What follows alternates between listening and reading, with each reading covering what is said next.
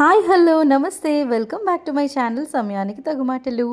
ఈరోజు నేను మా మావయ్య వాళ్ళ పాపది ఓనియల్ ఫంక్షన్ అండి, ఎలా ఆర్గనైజ్ చేశారు, ఏ గేమ్స్ కండక్ట్ చేశారు, హైలైట్స్ ఆఫ్ ది ఈవెంట్స్ ఏంటనేది నేను ఈ వీడియోలో మీతో షేర్ చేద్దాం అనుకుంటున్నాను.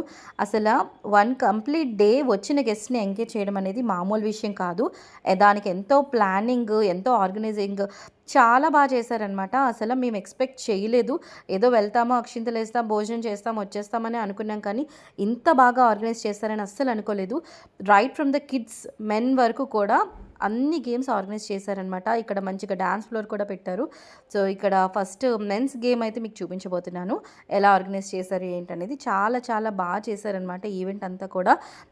ఇక్కడ మనకి చూసారా ఏంటనంటే యాంకర్ పెట్టారనమాట. ఇంకా ఎవరు కాకుండా యాంకర్ అయితే మంచిగా ఎంగేజ్ చేస్తారని చెప్పేసి యాంకర్ని అయితే పెట్టారు. తను కూడా చాలా బాగా చేసింది ఆ అమ్మాయి కూడా. గేమ్ అయితే ఎలా ఉందో చూసేద్దాం.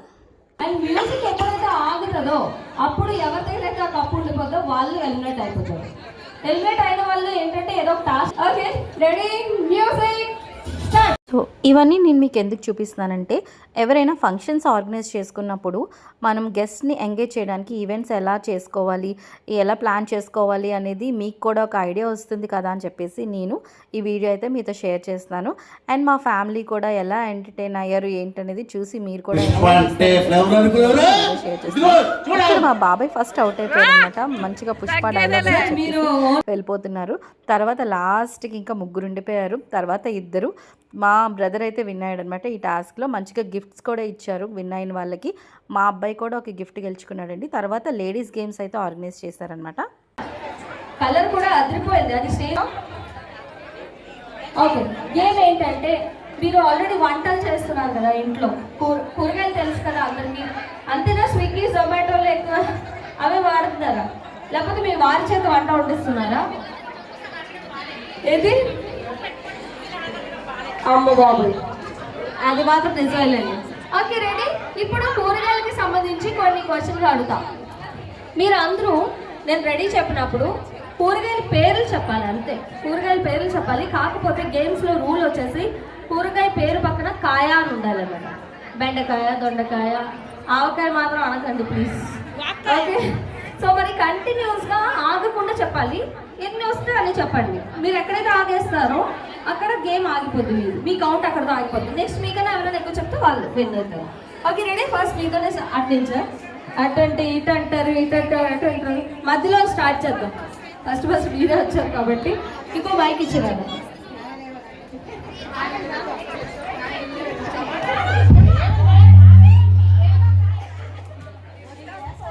సో నేను రెడీ చెప్తాను. Madam ready, 1 2 3 go. మీరు ఫాస్ట్గా చెప్పాలి, కాయ అని మాత్రమే ఉండాలి, చెప్పిందే చెప్పకూడదు, రిపీట్ చేయకూడదు. Ready, 1 2 3 go. ఓకే 5 అక్కడికి చాలు. నెక్స్ట్ అంటే టక్కుగా బ్రేక్ ఇచ్చారు కదా, ఆ బ్రేక్ కూడా ఉండకూడదు అన్నమాట. కానీ మంచి ఫ్లోలో చెప్పారు మేడం. ఆనపకాయ, వంకాయ. ఆగండి మేడం, అలా చెప్తే గూడ్స్ బండ్ లాగా స్లోగా వెళ్ళినట్టు ఉంటుంది. నాకు మంచి మెయిల్ ఎక్స్ప్రెస్ కావాలన్నమాట. ఆనపకాయ, వంకాయ. అయిపోయింది. మేడం గారు ఎన్ని కూరలు వండుతున్నారు వారానికి? రెడీ, పొద్దునే ఉంటుందా? Oh my god. రెడీ. బెండకాయ, కాకరకాయ, ఆగండి, మీరు దాన్ని మోసం చేస్తారు కదా. బెండకాయ, దొండకాయ వద్దు, ఫాస్ట్గా చెప్పాలి. Ready, 1 2 3 go. బెండకాయ, వంకాయ, కాకరకాయ, పొట్లకాయ. ఓకే 4. మేడం 5తో లీడ్లో ఉన్నారు. సో మరి 5 కన్నా ఎవరెక్కువ చెప్తారో చూద్దాం. బెండకాయ, దొండకాయ, సొరకాయ, ఆనపకాయ, కాకరకాయ. అయ్యో ఎగ్జాక్ట్లీ 5 చెప్పారు. ఇంకొకటి ఎక్కువ చెప్పేసి బాగుండు. బీరకాయ అంటాం మేడం, ఇంట్రెస్ట్. రెడీ, బీరకాయ, వంకాయ, బెండకాయ, ఆనపకాయ, సొరకాయ, పొట్లకాయ. అమ్మా ఆగండి. 6 చెప్పారు. బ్రేక్ ఇవ్వద్దు మేడం, అసలు గ్యాప్ ఇవ్వద్దు. 6 కన్నా ఎక్కువ చెప్పడానికి ట్రై చేయండి. రెడీ, బెండకాయ, వంకాయ, సొరకాయ, ఆనపకాయ, ములక్కాయ, దొండకాయ. అయ్యో 6. ఓకే 6 చెప్పారు. సో మీరందరూ ఇక్కడే ఉండండి, మనకి ఇంకెవరైనా చెప్తారేమో ట్రై చేద్దాము.